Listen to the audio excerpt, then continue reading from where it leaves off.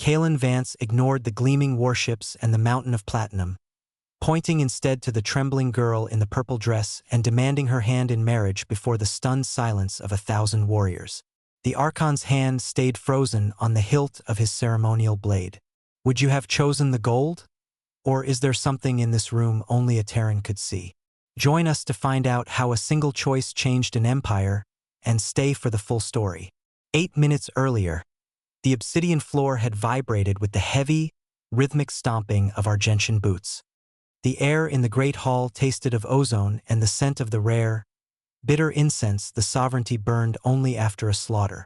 Standing at the edge of the human delegation, Kalen kept his back straight, though the weight of his dress uniform felt like lead. To his left, the Archon's sisters, led by the towering Vanya, stood like statues of living marble, their armor etched with the kills of 100 systems.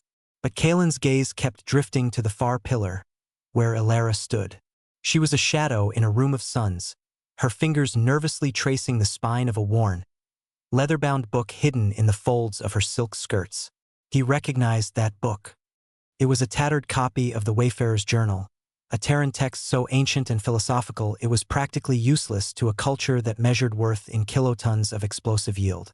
The Archon stepped forward, his voice a low rumble that seemed to shake the very foundations of the Citadel. He spoke of the Void Rift, of the Terran pilots who had flown into the mouth of a collapsing star to save the Argentian fleet, and of the debt that must now be paid. Terrans? The Archon announced, spreading his massive arms. The sovereignty does not leave its blood debts unsettled. Name your price. Is it the ore of our moons? A fleet of our fastest interceptors? Speak, and let it be so. Behind Kalen, his commanding officer shifted, likely already calculating the logistical value of a cruiser. But Kalen wasn't looking at the ships visible through the massive viewing ports. He was watching Elara. A galaxy of warriors looked at her and saw a shadow. He looked at her and saw a map. He saw the way her eyes darted across the room, not with fear, but with a terrifyingly sharp intelligence that was cataloging every micro-expression of the court. In a culture built on the blade, she was the only one who understood the power of the word. Have you ever seen something valuable that everyone else was walking past? We'll be right here every day with stories of the unseen, so make sure to come back tomorrow. Kalen took a single, echoing step forward. The sound of his boot on the obsidian was a gunshot in the sudden quiet. He didn't look at his commander. He didn't look at the piles of platinum bars being wheeled in on hoversleds. He raised a gloved hand and pointed directly at the girl by the pillar. I want the princess, Kalen said. The silence that followed wasn't just quiet. It was a vacuum. Vanya let out a sharp, barking laugh that sounded like grinding stone, and the Archon's brow furrowed in genuine, confused pity. They offered him the fires of 1,000 suns, but he chose the girl who lived in the silence of the archives. The scholar, Vanya sneered, her hand resting on a pulse pistol. You saved our lives and you ask for the one among us who cannot even lift a training spear? She is a defect of the bloodline, Terran. A waste of your reward. Alara's face went pale, her grip tightening on the journal until her knuckles turned white. She looked at Kalen, her eyes wide with a mix of terror and a sudden, desperate flicker of hope. Vanya's laughter was a serrated edge, cutting through the heavy air of the hall. The warrior princess stepped toward Kalen, her armor clanking with every aggressive stride, her shadow looming over both him and her smaller sister. She didn't see a man making a strategic choice. She saw a fool blinded by some soft, alien sentimentality, which meant the readings were wrong.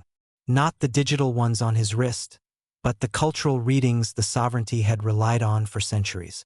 Elara didn't move. She stood as still as the obsidian pillars, watching Kalen with an intensity that felt like a physical weight.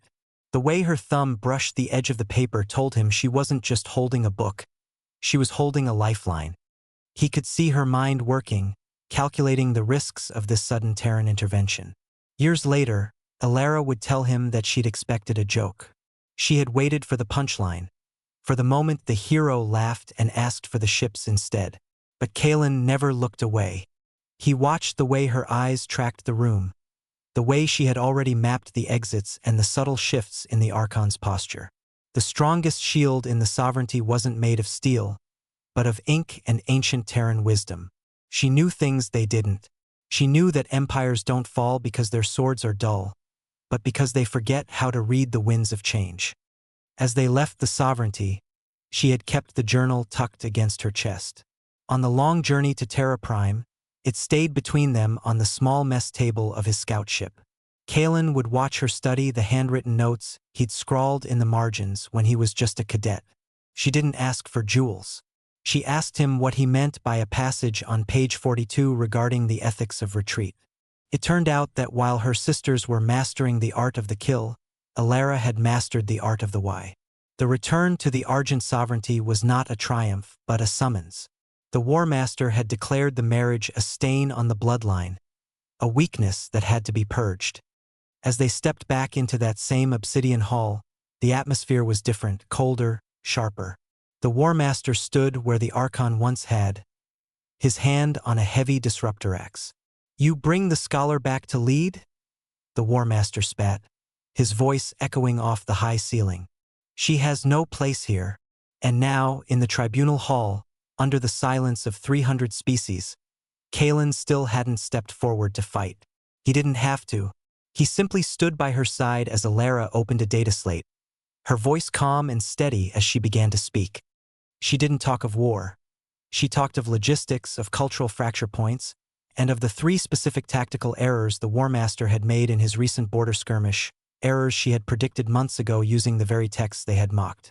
The Archon watched from his throne, his eyes widening as his worthless sister dismantled an army with nothing but data and a focused gaze. The outcome was a silent, collective realization.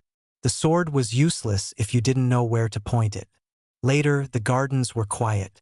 The twin suns touched the horizon, casting long, amber shadows across the stone. Alara sat on a low bench, the old journal resting in her lap.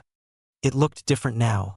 The cover was reinforced, and she had added her own notes in a sharp, elegant script next to his messy cadet scrawls. Kalen leaned against the archway, watching her.